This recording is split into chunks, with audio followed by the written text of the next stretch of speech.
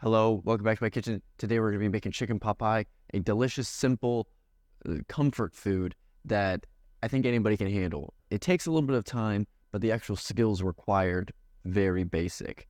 Now this recipe is a gluten-free designed recipe, so like it calls for gluten-free flour, xanthan gum, stuff like that. But if you can eat gluten, I feel like you can just swap the flour out if you want to, or just do a quick Google search of chicken pot pie and you should find some recipes. The filling itself probably won't be very different. Like it's all very classic. It's just the pie dough is the gluten-free focus thing, even though gluten-free pie dough and normal pie dough are very similarly made. Maybe just the ratios or something like that might be different. I'm not 100% sure. The filling will have some flour in there because you're effectively making a gravy, but I know that gluten-free flour can be swapped for normal flour in a pie or in a gravy recipe. You just have to keep that ratio of the oil to flour, pretty much keep them equal, and you're good to go. The other thing you might notice is this doesn't look like a very elaborate pie, and that's because I filmed the baking of it last night, and I finished at like 11:15, and I was very tired, so I was like, you know what? We're just going to eat pie, and then I will film the actual talking bits tomorrow. I then ended up eating half of the pie last night, and then without thinking, today for lunch, I reheated the other half with the intention of eating all of it. And I'm like, oh, I need to film. I should save some of this. So this is all that's left after less than 24 hours. Now, I am being a little bit dramatic.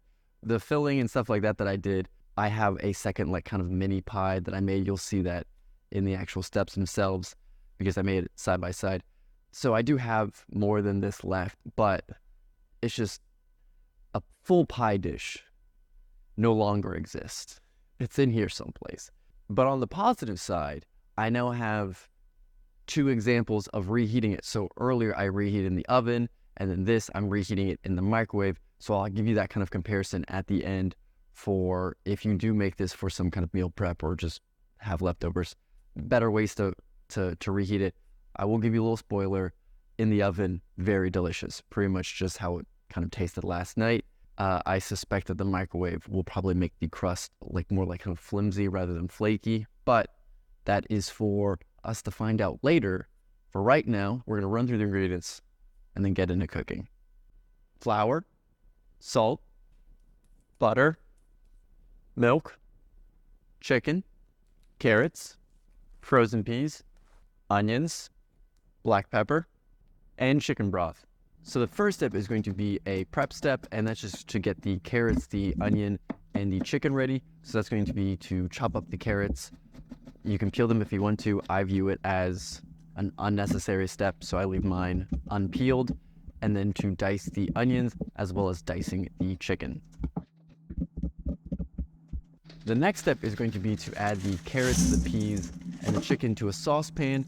Fill with water. It should be about an inch over top of whatever top line it has. And then throw that on the stovetop.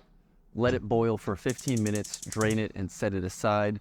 Now the peas, they call for 8 ounces. And the bag that I have is 12 ounces. And you only live once, so just go big or go home. Put it all in there. What's the worst it's going to do? The next step I would recommend doing while the previous step is happening, because we have that 15 minutes of boiling to work with. We can get a couple things done while that's happening. So to utilize that time, we're going to start making the pie dough. And to do that, we will combine the flour, the salt, as well as the butter into a bowl, and then with your hand just kind of press the butter together with the flour. You're kind of flattening out all the chopped up pieces of butter, breaking it all down, kind of combining it all up. If your hands are known to be warm, you might need to do this in phases where you put the whole thing in the fridge, take it back out, because you want to keep the butter cold. So if you notice the butter is starting to melt from you handling it, you might need to kind of do something about that. Next, we're going to add in the milk, so that's going to be about 8 to 10 tablespoons. I kind of went the no patience route of adding in 8, and then I think I was like, oh, this is effectively still sand. So then I added 2 more, and it very quickly became a dough. So I would recommend doing like the 8 and then adding 1 tablespoon at a time. and then make sure you're fully kneading it in to see when it comes together as a dough. Now we're going to take the pie dough, divide it into two, and then put it between two pieces of parchment paper, and then roll that out, also adding a little bit of flour so that it doesn't stick to the parchment paper. Roll it out until it's the size, dimension, whatnot for the pie dish that you are going to be using for this recipe. Now we're going to go back to making the filling, and that is going to be to take the saucepan that we've boiled all of the ingredients in and put the onions and the butter in and cook that until the onions become translucent. Now we're going to add in the flour, kind of stirring that all up until it makes like that the roux for the gravy, and then we're going to slowly add in the chicken broth and the milk, stirring that all up, and then salt and pepper to taste, and then let it kind of simmer until it thickens up.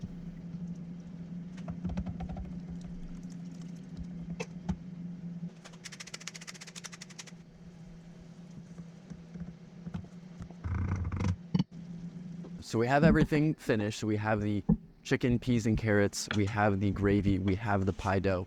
Now it's just putting it all together. You can line the pie dish with pie dough. I personally am not a fan of that much pie dough in my chicken pot pie, so I'm only going to put it on the top. But regardless of how you do it, all the other steps will be the same. So just either line it or don't, however you see fit. And then we're going to halfway fill it with the peas, carrots, and the chicken, and then 3/4 of the way filled with the gravy, and then put the pie dough on the top, kind of crimping and trimming the edges. So if there's any excess hanging off, just kind of cut that off, and then put some kind of slits in the top for steam vents.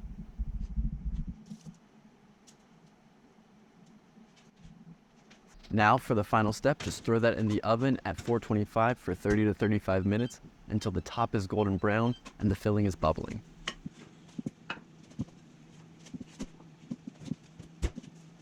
All right, well, we'll give this a taste test and see how we did. I mean, it's not the most exciting of dishes. It's good, it's satisfying, but I mean, you're boiling chicken. The bar's really low on like Flavor Town, but it is still flavorful. Like the gravy and stuff like that, pairs nice, like the peas and carrots is good. I feel like it probably could use some more. Like, if you want to go real basic, just like Italian seasoning, if you just throw that in there, that probably would help a good bit. The crust definitely also just is flour, butter, and milk. Like, you can really taste that. So maybe a little extra salt, give it some more flavor there. Maybe even adding some spices or something like that to that. Or even, I feel like I've done a pie dough in the past that had Parmesan cheese in it, so it kind of gives it a little bit of interesting flavor kind of within there. A lot of opportunity for tweaks within this recipe, but that all being said, it is still kind of a good base recipe as it is. Like, you don't need to do anything, but if you want to impress people, you might want to try some of these things. I mean, it's still going to be impressive to some extent, because I mean, how many people make their own chicken pot pie? If you want to impress them in your feats and then impress them in the taste buds, you might need to do a few tweaks. But overall, a simple recipe, no complexities happening. Probably would take like an hour 15, hour and a half. So that makes it not really a great weeknight meal, which is what I encountered. Granted, I probably should have skipped the gym instead of doing that and then trying to film. But that's on me. So a very simple kind of like weekend meal, I would kind of put this in. Unfortunately, not the most meal preppy kind of a thing, at least for me, because I just ate like all of it. And the ratio to the dough, to the filling, with it just being on top, to me is perfect. If you have it all the way around, especially with the kind of like blandness of the pie dough, it would just be kind of disappointing. So if you can make the pie dough like more amazing, then having it be more of it could be a possibility. I think even with those improvements to the pie dough, I would just remain keeping it on top. But that's just me. That's my preferences. You can do whatever you want. That's the beauty of cooking. If you like something one way, you make it that way. You don't need to conform to what other people are saying you have to and can't do. You do it, and then you're like, now it's technically my own recipe. You've made a recipe. rambling aside, I say that and then I instantly go into another ramble. I do have a little bit of pie dough left, and I'm trying to think of ways to use it. And the current one in my brain is to roll it out, put a little bit of like jam in there, fold it over, and then see if that makes it into a Pop-Tart. I feel like it won't because this pie dough doesn't have any sugar in it. It's very much a savory pie dough. But if I just sprinkle some sugar on there, maybe that'll fix it. If I attempt that before I edit, I will put text someplace of how that goes. So if you have leftover pie dough, maybe you can give that a go. I think I've covered all my bases. It's solid. You should give it a go.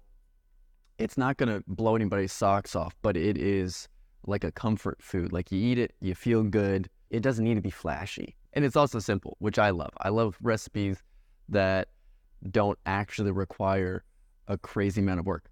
At times I do enjoy those, but on the average day-to-day, I kind of want it to be like a little bit of a process, but like not a ton. And on that note, bye, Mom. Still not dead. See ya.